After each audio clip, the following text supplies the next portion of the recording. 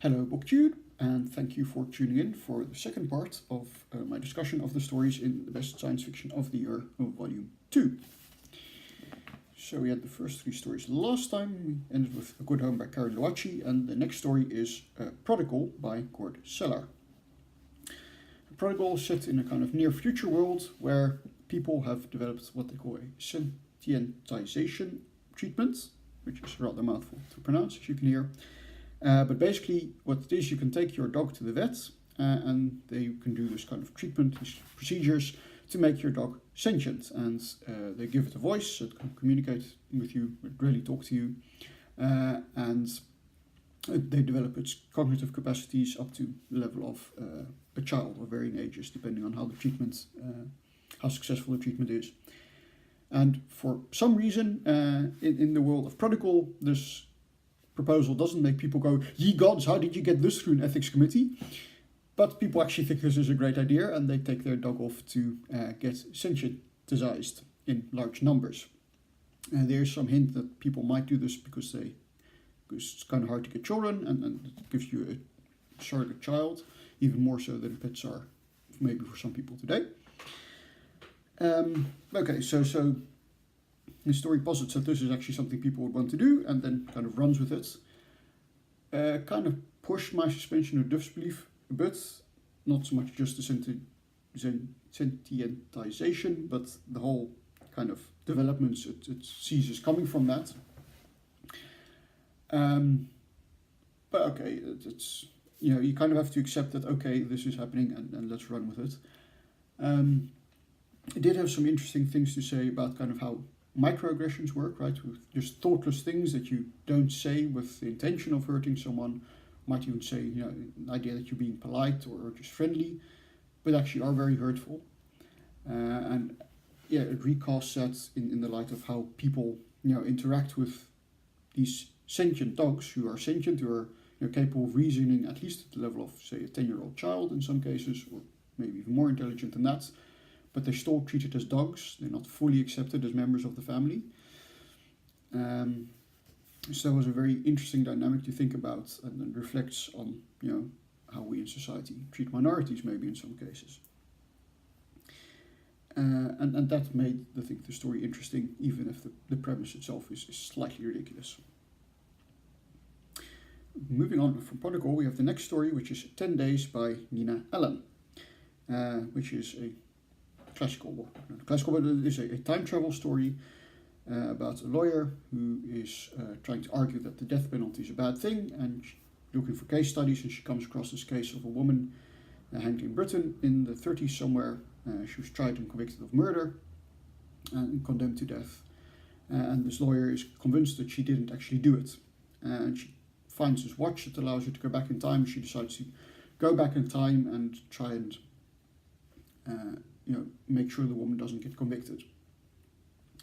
Most of the story kind of reads like, I guess, a true crime story, although I don't really read much true crime, so maybe it doesn't actually read like one of those. But that's kind of how it felt to me. So I don't know if it's based on a real case or completely made up, but it kind of feels almost just like a true crime story rather than a science fiction story. And so it was kind of okay, didn't really connect with me. And what I was a bit disappointed by in the ending, without trying to give too much away, but this is a story about someone going back and trying to change the past. So you are going to end up with the grandfather paradox, right? If I go back into the past and shoot my grandfather, do I still exist? And if I don't exist, how can I go back into the past and shoot my grandfather, etc.? So of course it's something most time travel stories need to deal with, but especially this, which is about going back and changing the past. And I was kind of disappointed with what it did with that. So basically it just kind of sidesteps the whole thing, which goes like, yeah, things were different, but nobody really cared, so it didn't really change anything, and things weren't that different at all. And if you read the story, you'll see maybe a bit more of what I mean, but it just kind of felt very unsatisfactory, like it kind of went, oh yeah, I guess I should think of something, don't look behind the curtain. So it didn't do it for me. It's one of my least favorites of this book. Which is not to say it's a bad story per se, but all relative. then we go on to Terminal by LAVIE TIDHAR. Terminal is a very interesting story. It's about future Earth where there's this company that's offering one-way flights to Mars. So you can go to the company, sign over all your assets, and they will give you a capsule with just enough fuel and air and food and that to get you to Mars. They shoot you off, and there presumably on Mars is some colony where you can go and live, but it's a bit vague what exactly the life on Mars is going to be. And this whole story is set during the journey to Mars, and it's really an exploration of what is motivating these people to go to Mars. What are their hopes and fears? I don't know if you are familiar with the Mars One project. So the Mars One is a Dutch foundation. They have this plan to send people to Mars and to make this a one-way trip, because they say, well, you know, if you don't have to take the people back again, that saves all kinds of engineering challenges with, you know, having to take enough fuel to go to Mars and back with you, blah blah, which is all true. That there are certain engineering challenges you solve, you're going to run into other engineering challenges in return, especially the fact that you're going to have to look after these people for their entire natural lifespan and you're going to have to keep on resupplying them from Earth. Anyway, all that set aside, they kind of have a public drive to recruit people that might want to be astronauts with them, and they had about 100,000 people signing up for this, signing up saying, yes, I would like to go to Mars and live out the rest of my natural lifespan on Mars. And there was a lot of folks in the journalism like, well, what motivates people? Why would you ever want to do that?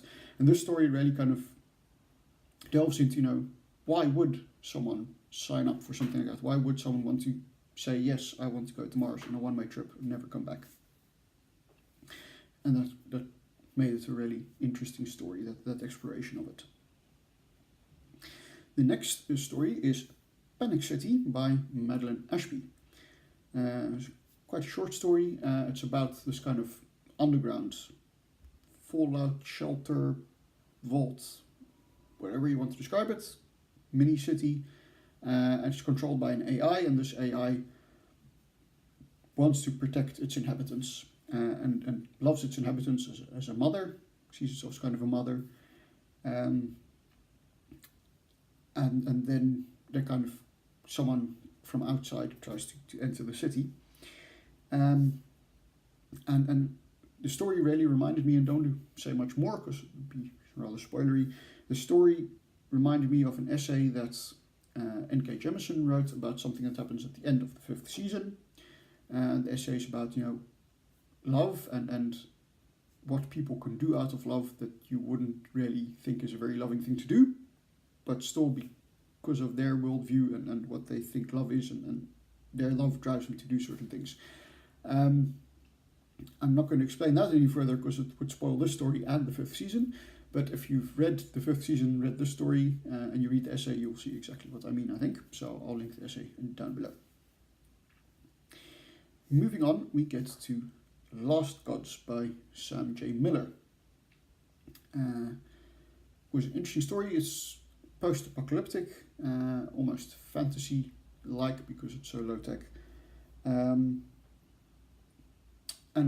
yeah, interesting, there are a number of stories in here that are either post-apocalyptic or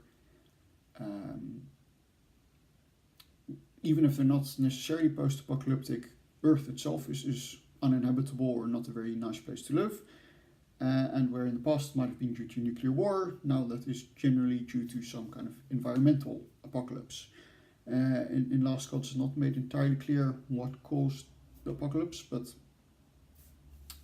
it's kind of hints that it was environmental. It's interesting to kind of see that shift towards more environmental apocalypses. Anyway, Last Gods is about the backlash effect, as it's called in psychology, right? There's this effect that if people have a certain worldview and then you present them with evidence that shows that their worldview is wrong, right, that certain beliefs they have are wrong, then what you might hope would happen is someone says, looks at the evidence, says, oh yeah, okay, I see your evidence, you're right, I was wrong, and they change their beliefs. But unfortunately what can happen in the real world is that the people reject that evidence and they reject it so strongly that actually reinforces their wrong beliefs. And this is called the backlash effect, right? So presenting someone with evidence that they're wrong actually causes them to dig down on their being wrongness and reinforce it even more. And this Last Gods deals with that that's kind of a key theme of the story, that backlash effect, or key point in the story, and you know, how strongly and violently people can react to kind of being shown that their worldview is wrong and having that rug pulled from under them. And explores that very interestingly. Another nice thing about Last Gods is that it features a disabled character who just gets to be a character, who has a disability and deals with that, and that, you know, the story is not about the disability or having to overcome it and be inspiring, blah blah blah. No, the character is just disabled. It kind of features because, you know, certain things she has to go about differently than a person who didn't have that disability. But other than that, you know, she's just a person living in this post-apocalyptic world, which I thought was pretty cool. So that was the next bunch of stories from the best science fiction of the year. Thank you for tuning in, and I hope you will join me for the next part coming soon, TM.